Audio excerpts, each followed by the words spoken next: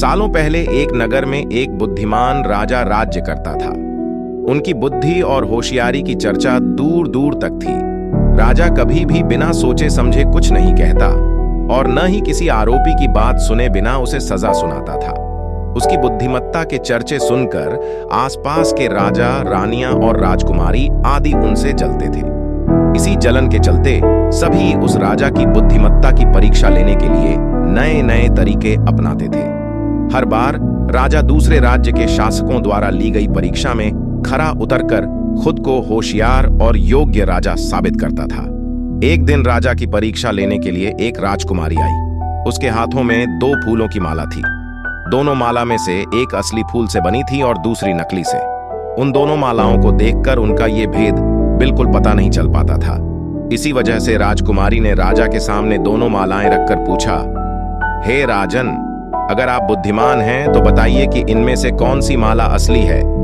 राज दरबार में बैठे सभी दरबारी माला को देखकर हैरान थे, क्योंकि किसी को समझ नहीं आ रहा था कि असली फूलों की माला कौन सी है। सभी इस सोच में थे कि राजा कैसे बता पाएंगे कि असली फूलों की माला कौन सी है। राजा भी माला को देखकर परेशान होने लगे। उसी वक्त उनके दिमाग में कुछ तरकीब आई। उन्होंने तुरंत अपने एक सेवक से कहा, बगीचे की खिड़कियों को खोल दो।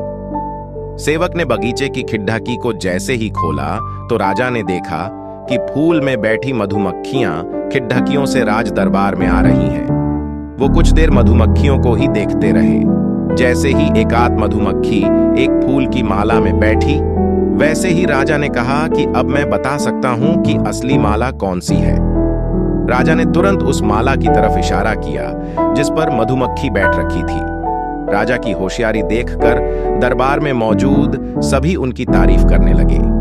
सभी कहने लगे कि हर राज्य को आपके जैसे ही बुद्धिमान राजा की जरूरत है। राजकुमारी भी राजा के बुद्धिमत्ता देखकर खुश हो गई। उसने भी बुद्धिमान राजा की तारीफ में कुछ शब्द कहे और वहां से अपने राज्य की ओर निकल पड़ी। कहानी से सीख, अगर व्यक्ति अपनी बुद्धि का इस्तेमाल करे तो वो हर प्रश्न का सही जवाब तलाश सकता है और हर मुसीबत का हल भी निकाल लेता है।